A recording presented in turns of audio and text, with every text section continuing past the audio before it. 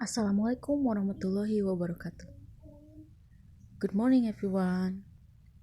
Here I'm gonna present the the subject language in language curriculum design. Here I wanna describe from Brown Book chapter 6, and the title is teaching. My name is Aisyati Mariam Suryani. I'm the fourth semester, and in this chapter I will examine how the needs analysis information, objectives, tests, and materials can be implemented in the teaching phase of curriculum development. Okay, the next slide. Orienting and involving teachers in the curriculum.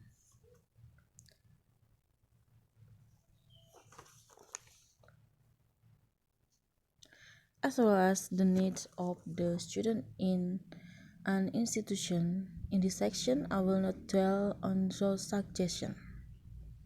The first, instead, my discussion will center on ways to put initial information in various forms into the hands of teachers, especially those who are new to the program.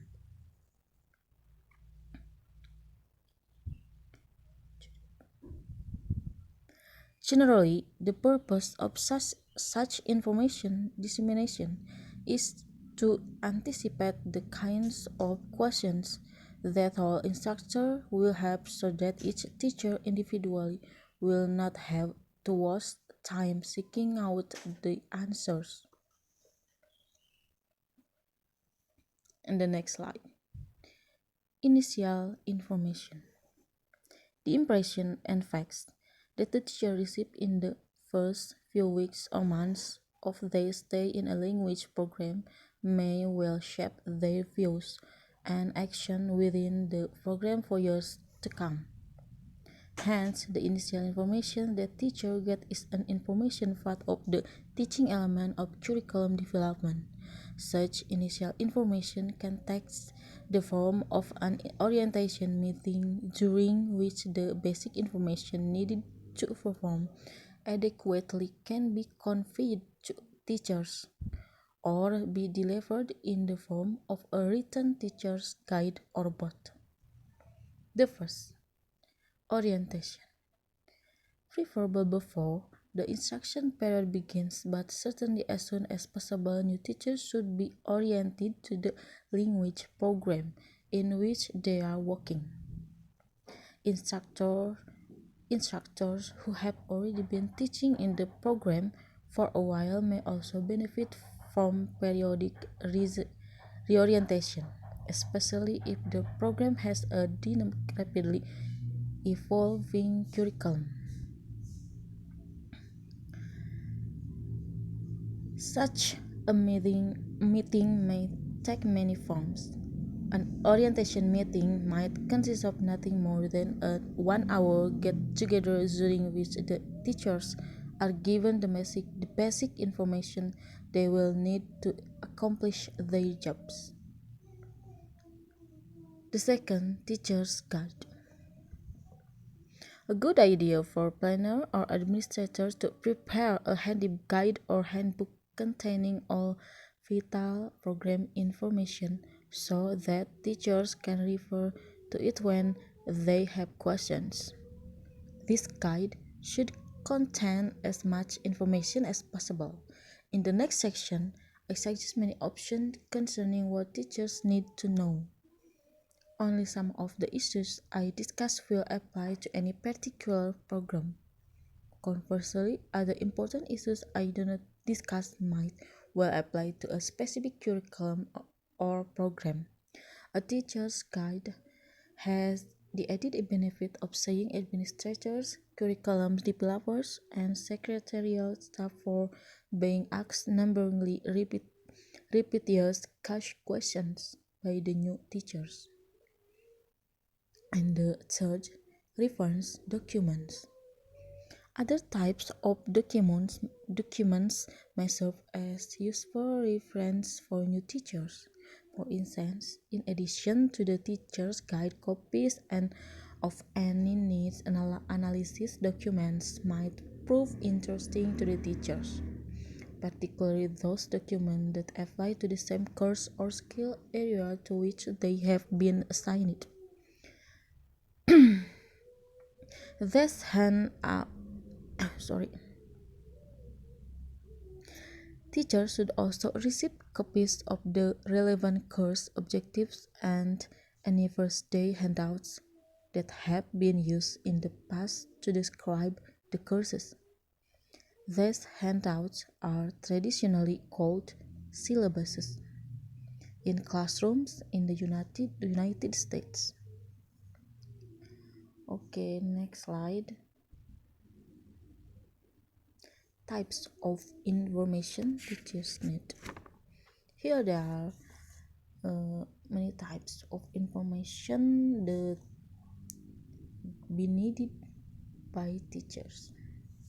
The first, context of the program.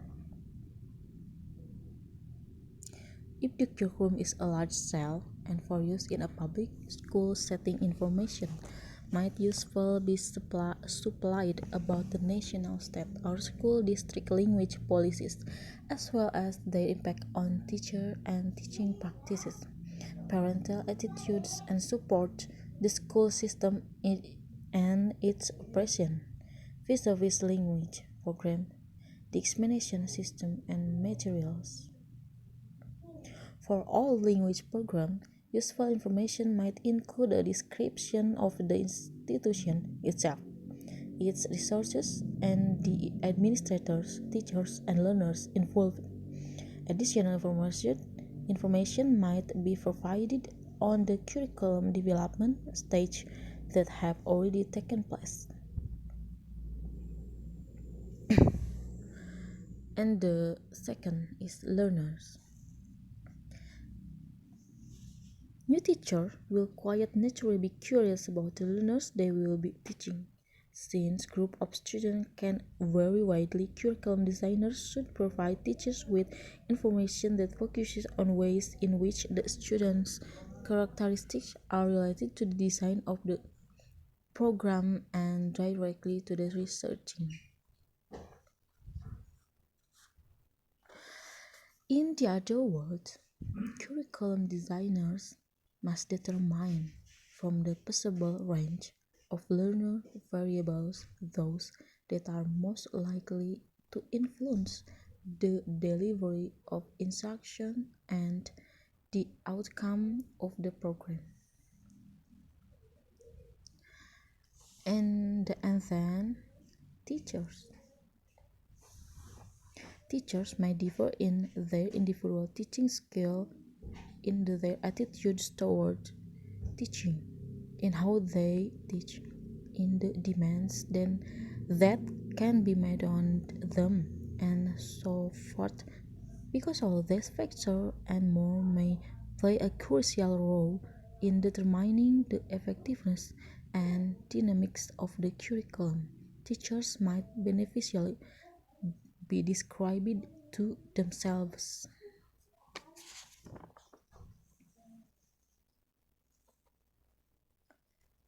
And then administrative processes.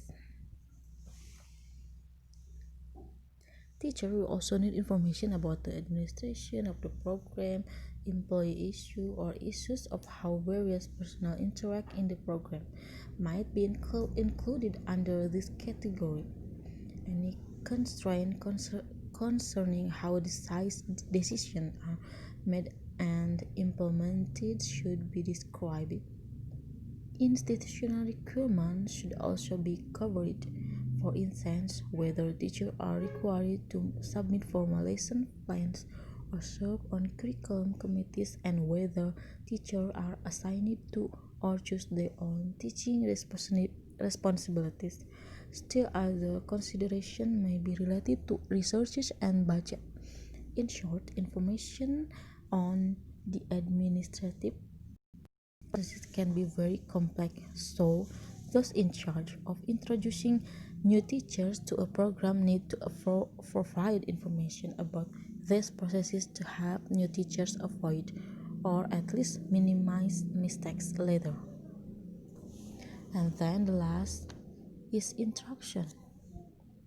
Another category of information that may prove useful will describe the types of instruction they have been adapted in the program and how best to implement them.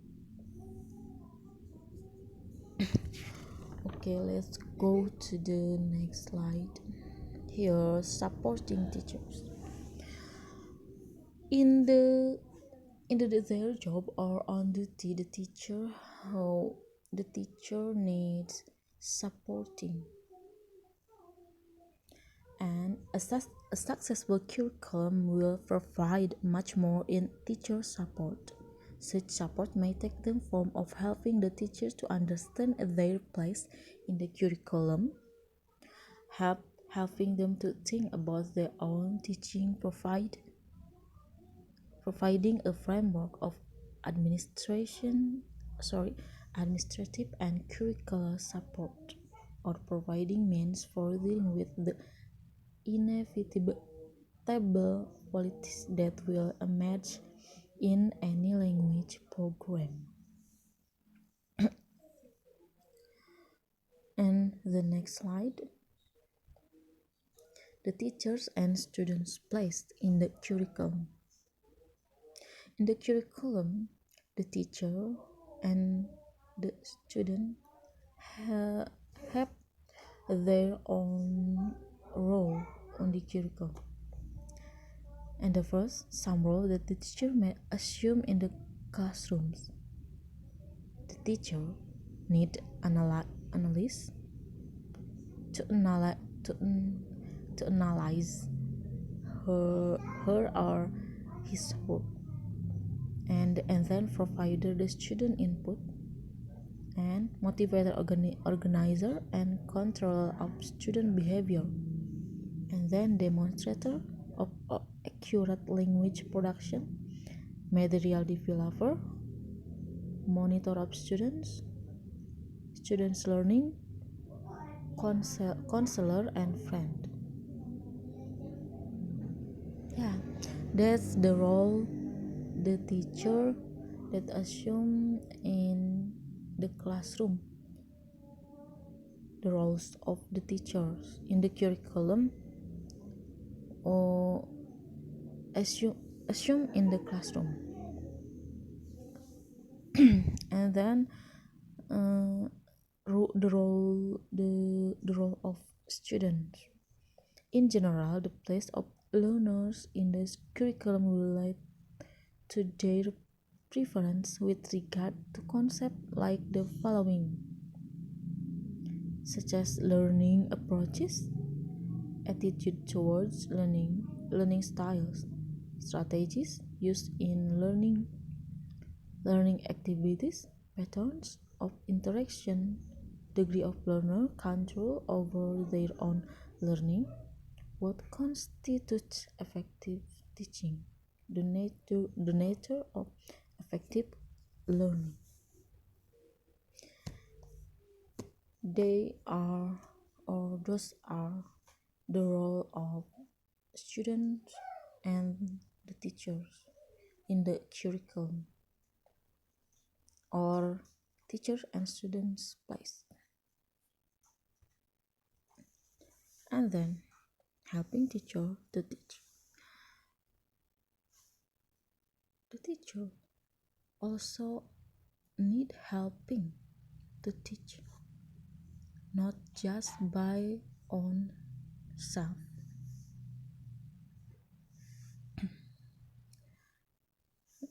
Here, on the basis of their background, training, and experience, teacher will determine what techniques and exercise to use in setting up the learning experiences that they believe will best help bring about learning. Teachers should continually think about and discuss teaching issues so that the assumptions that guide their teaching will always be clear to them. according to Willing, 1985. And then the next slide, providing a framework of support.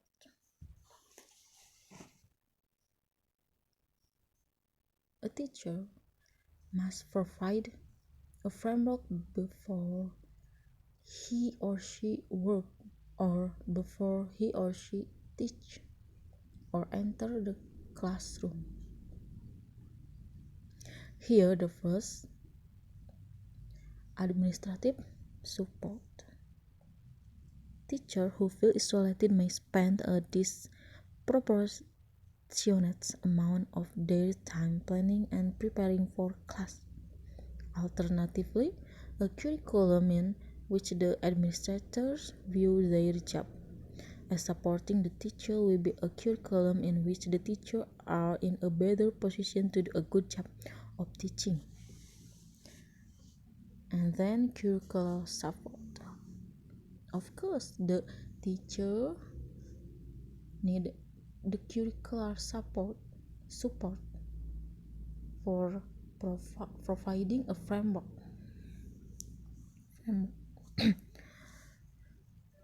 Teachers should not have to develop all the curriculum elements for their course in isolation. As I have pointed out repeatedly, need assessment, goals and objectives, testing materials, teaching and program evaluation can all be supported by sound curriculum development processes that are designed to make the individual teacher's job easier. And then the next slide, dealing with politics. Here the first, curriculum implementation.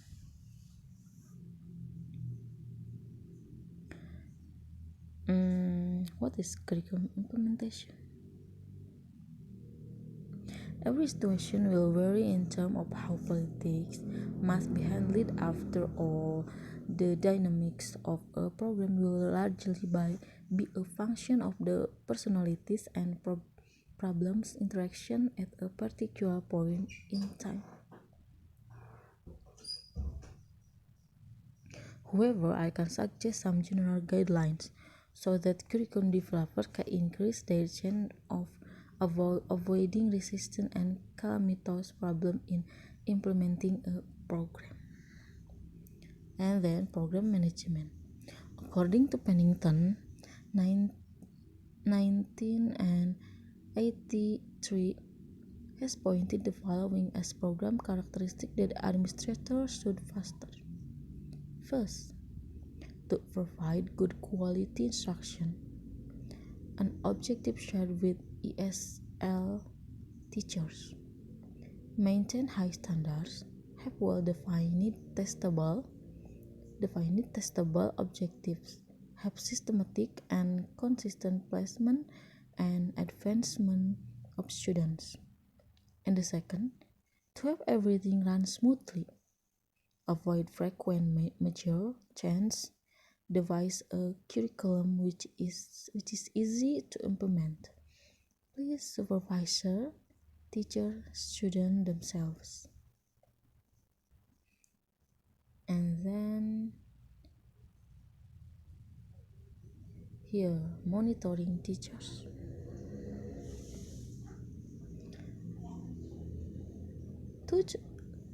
Though it is often seen by teachers as something other than support or monitoring, teachers' performance in the classroom can be a way of bolstering their efforts.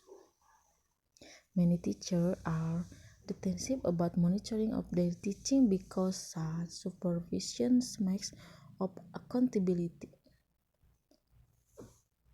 Yet, regularly scheduled monitoring as part of the curriculum can help both the program staff as a group and teachers as individuals to think about what good teaching is and improve in class performance. So the teacher must do monitoring while in the classroom, and then she or he can look at their performance while teaching. And then what is good teaching? Teaching or technique in the teaching.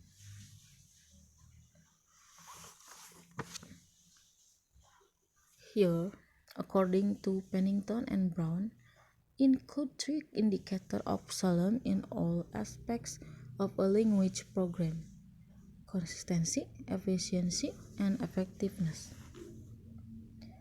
And my own three categories to describe good teaching. Here, consistent instruction, relevant instruction, and efficient instruction. What does they mean?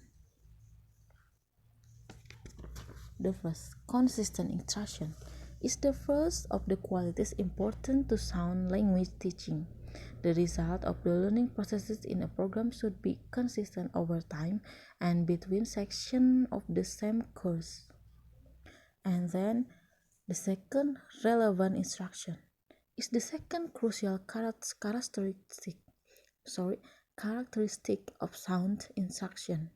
The relevancy of a program's instruction can be defined as the degree to which a program delivers what it claims to be offering, as well as the degree to which what it is producing reflects sound language teaching practice. And the third, efficient instruction. The concern here is that a program be practical clearly if given an infinite amount of time and unlimited resources. Any program could teach students to a level of almost native proficiency in any language. In the real world, however, language programs do not have unlimited time or resources. So efficiency must be considered an important characteristic of teaching. And then the next slide is observation. A classroom observation is any situation in which the teacher is being observed for whatever reason in the act of teaching. The observation may be for purposes of helping teachers grow, for need analysis, for research, or for teacher performance evaluation. Here there are administrator observation. Many kinds of observation. 4 kinds. Those are administrator observation,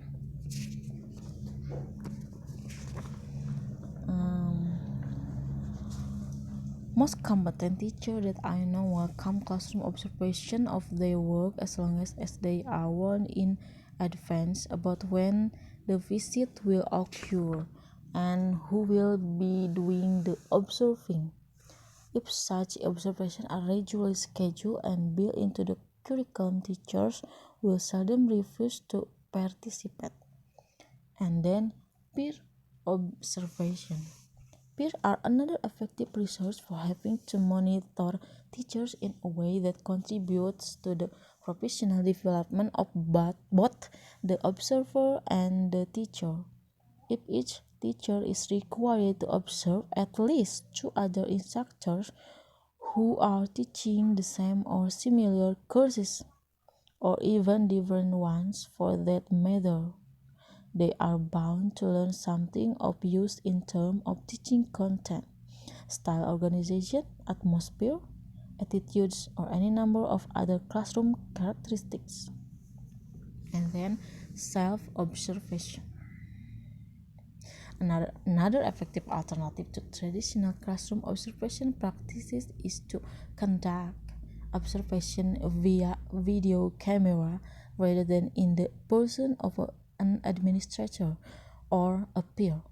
The resulting tab can be viewed by the teacher alone or can be reviewed by the teacher in the company of his or her immediate supervisor.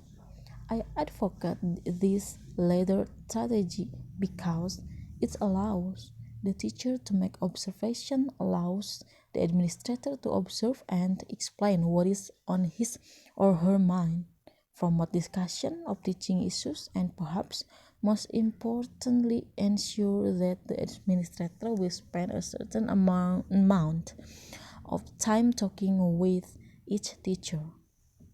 And the last is feedback. Feedback is probably the single most important influence on the quality of any observation experience, whether it be an administrative observation, a peer observation, or a self-observation. Classroom observation feedback form come in a variety of configuration.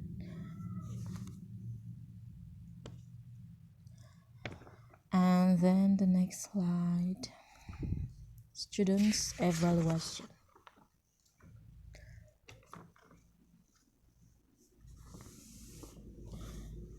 Student evaluation is an administrator who has conducted hundreds of classroom observations. Always announce it in advance. One excellent source of information for monitoring the classroom performance of teachers on a day-to-day basis is provided by the teacher's student. Here, course evaluation forms. Course evaluation form, usually done as questionnaires, are probably the most efficient and common way of obtaining student feedback and courses and teaching. However, a number of danger must be guarded against when such questionnaires are used. First, evaluating too many different courses with one form. Second, addressing too many issues and one questionnaire. And the third, attempting to be too empirical.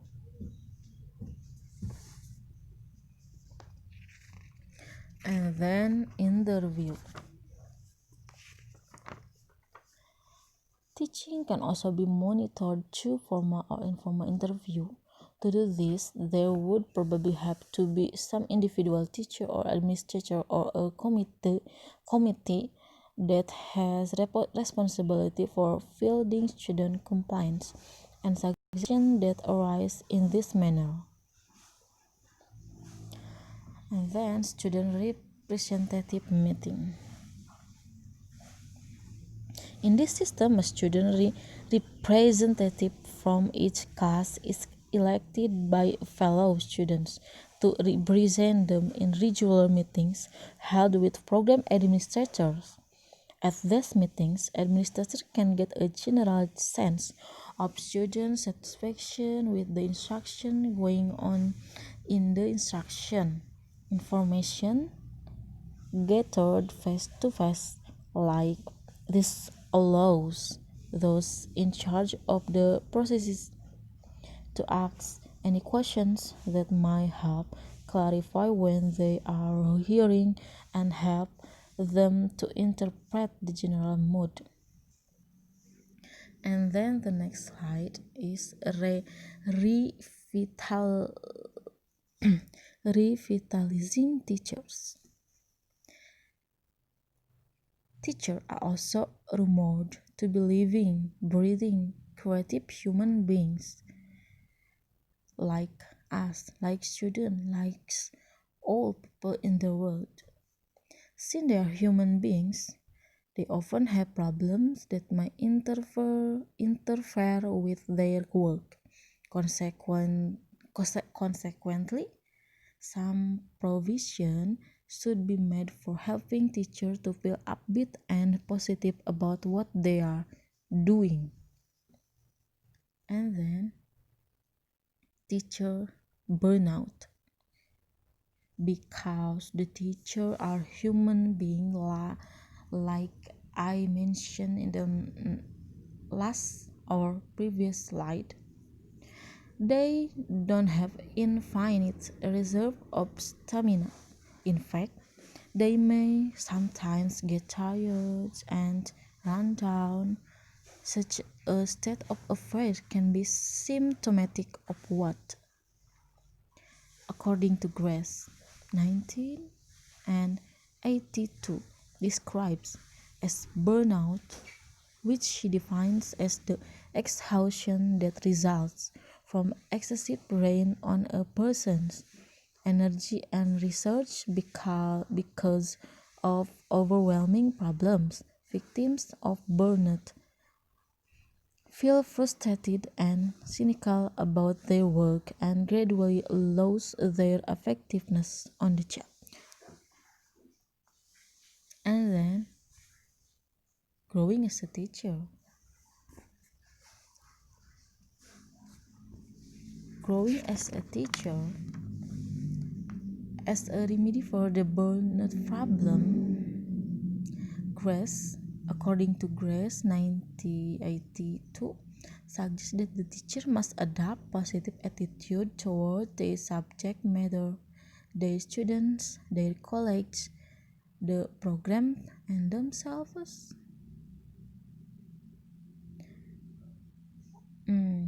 So the teacher must have good attitude, inner beauty, and uh, good appearance, maybe, because the teacher will be imitated by the students. So the teacher must have the better value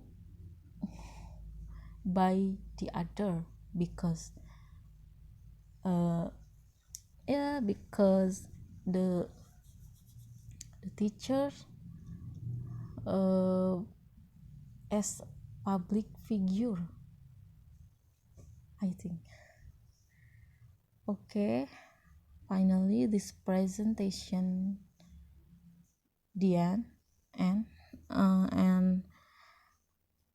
thanks for your attention, thanks for watching, forgive me for my mistake, and see you later.